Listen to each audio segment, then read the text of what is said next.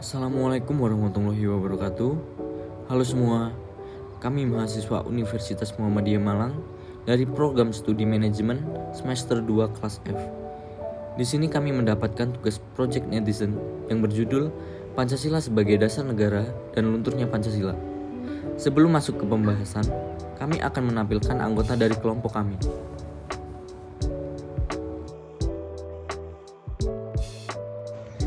Pancasila adalah dasar yang memiliki nilai tinggi dari kedaulatan dan asas kebangsaan yang sangat mulia balasannya.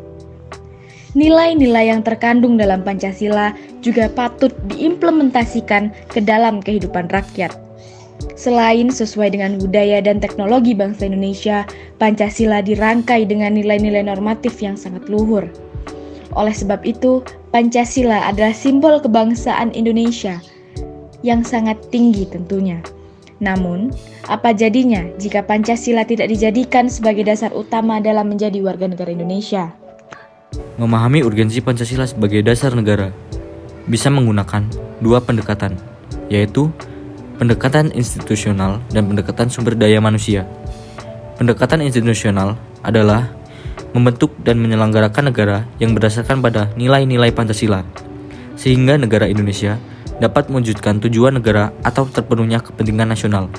Sementara itu, pendekatan sumber daya manusia terdapat pada dua aspek, yaitu orang-orang yang menjalankan pemerintahan dengan cara melaksanakan nilai-nilai Pancasila secara murni dan konsekuen di dalam mengemban tugas dan bertanggung jawab, sehingga kebijakan negara akan menghasilkan kebijakan yang mengedepankan kepentingan rakyat.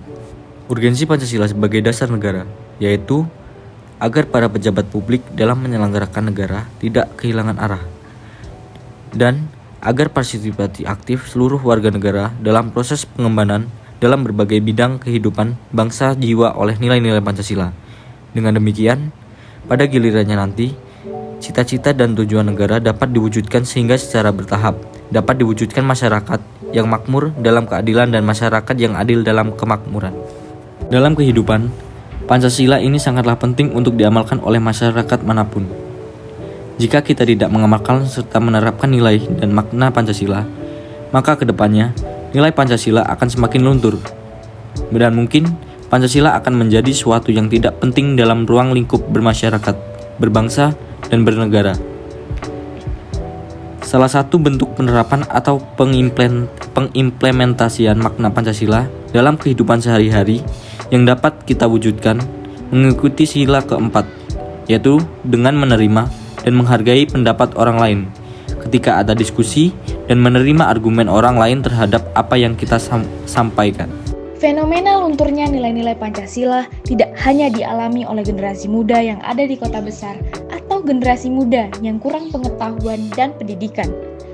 Pada generasi muda di desa pun sudah mulai mengalami kemerosotan, seperti mulai sulitnya penerapan nilai sila ketiga Pancasila, yakni persatuan. Saat ini, generasi muda lebih banyak menghabiskan waktu untuk menikmati perkembangan teknologi daripada hidup dan bermain dengan sesama generasi muda lainnya. Selain itu, lunturnya nilai-nilai Pancasila juga terjadi pada beberapa lapisan mahasiswa, di mana seharusnya pada saat di bangku perkuliahan, nilai-nilai Pancasila sudah menjadi tingkatan tinggi dalam pemberian pendidikan Pancasila itu sendiri. Seperti contohnya, pada saat pertengahan 2019, terjadi ricuh mahasiswa Papua di Malang yang menuntut kemerdekaan bagi Papua, yang mana seharusnya hal tersebut bisa dilakukan baik-baik, mendatangi pemerintah tidak dengan melakukan aksi ricuh di daerah yang bukan tempatnya. Bung Karno itu menjawab pertanyaan gitu, kita mau merdeka, kita mau mendirikan negara, tapi dasarnya apa gitu. Nah, Bung Karno menjawab pertanyaan ketua BPUPK waktu itu, Regiman Widyodiningrat, dasar negara itu ini gitu. Nah, itu yang disebut dia Pancasila gitu. Baik, itu adalah nilai-nilai luhur yang ingin menjadi cita-cita bangsa kita sebagai dasar negara. Tapi Mas Imam, kalau kita lihat saat ini, sudah lunturkan nilai-nilai itu, terutama kalau saya bilang kemanusiaan yang adil dan beradab. Saat ini kasus-kasus kekerasan seksual, bahkan pembunuhan itu sedang marak. Anda melihat bagaimana? Ya, masyarakat ini kan berubah.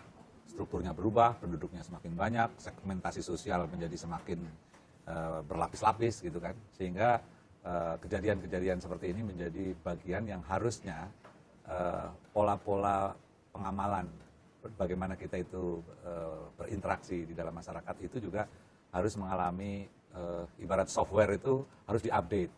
Kalau seandainya software itu dalam komputer tidak diupdate, ya tentu akan menimbulkan ketinggalan hang lah, zaman paling gitu. tidak. Di gadget kita kalau kita nggak mau mengupdate, diupdate paksa dia sama gadgetnya kan gitu. Iya lah, upaya-upaya kreatif untuk mengupdate pola-pola interaksi kita, kebijakan-kebijakan untuk mendorong agar interaksi ini lebih baik itu saya khawatir kita kurang kreatif. Oke. Nah, Sebelum hari ini sampai pun sana, di- tapi Mas ya. Iman melihat nilai-nilai apa yang disampaikan Pak Karno sebagai ini loh dasar negara kita supaya waktu kita merdeka bisa begini, itu sebetulnya masih relevan sampai sekarang? Saya kira apa yang menjadi kandungan? Siapa yang tidak setuju dengan misalnya keadilan kemanusiaan yang adil Dan dan beradab. beradab? Ya. Itu adalah satu kata pendek ya, tetapi maknanya begitu dalam dan yang menjadi soal adalah bagaimana kita merumuskannya di dalam kehidupan. Bagaimana kita menjabarkannya dan kemudian menginternalisasikan nilai-nilai itu ke dalam kehidupan masyarakat. Itu yang dari dulu. Yang berubah terus masyarakatnya berubah, perkembangan zaman Ya, berubah. dan metodologi yang selama ini ada. Saya belum dari sejak Orde Lama sampai sekarang pun, saya belum pernah melihat ada cara-cara yang secara nasional itu diajarkan metodologi yang sebetulnya pas untuk. Ada Mas Imam, penataran P4 itu saya mengalaminya itu menurut. Nah justru itu Mas Imam Dan Mata sekarang gitu. justru tidak itu antara upaya. Bayangkan, ya ini kan ada nggak tataran. cocok menurut Mas Imam. Ya, tataran untuk orang itu tahu. Ya. Nah, terus kemudian tataran untuk orang itu menghayati.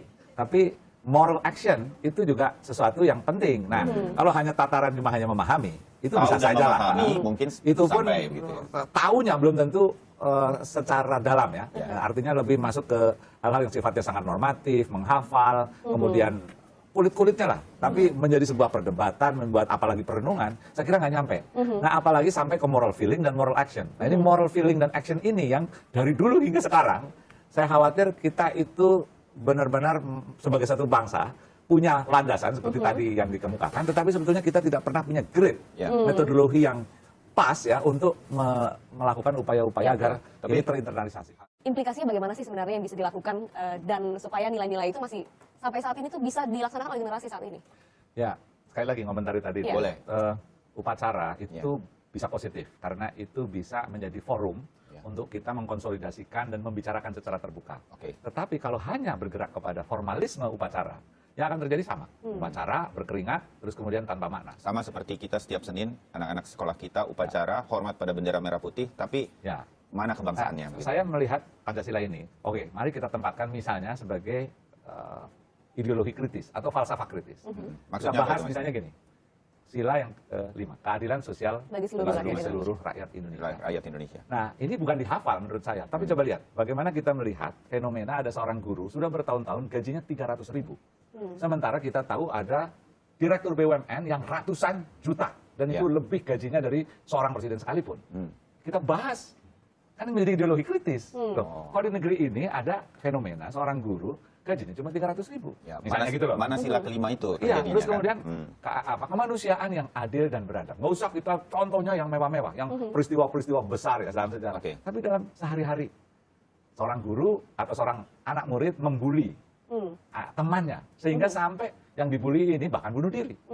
Itu kasus itu banyak sekali. Dan kemudian kita gelar, coba, kita bagaimana berteman secara adil dan beradab. Kesimpulan, lunturnya nilai-nilai Pancasila tidak hanyalah disebabkan karena pengaruh globalisasi dan kemajuan iptek saja, tetapi kurangnya peranan orang tua, pendidikan agama, tidak efektifnya pembinaan moral, dan kurangnya kesadaran diri setiap individu juga menjadi permasalahan yang harus segera dicari dan dituntaskan agar Indonesia memiliki generasi unggul yang mencintai dan menerapkan dengan baik nilai-nilai Pancasila dalam setiap aspek kehidupannya. Berbagai kemajuan di era digital akibat pengaruh globalisasi memanglah tidak semudah itu untuk dihindari secara keseluruhan. Berbagai kemajuan justru sangat baik bagi perkembangan hidup masyarakat. Demi terjaganya nilai-nilai Pancasila dalam generasi milenial, sudah saatnya dilakukan pendekatan dan pengawasan dari orang tua dan pemerintah secara lebih intensif agar generasi milenial tidak hanya kreatif dalam menggunakan internet, tetapi tetap menjaga nilai-nilai Pancasila serta menjaga budaya Indonesia agar tetap lestari. Terima kasih untuk semuanya atas perhatiannya menonton video kami hingga akhir.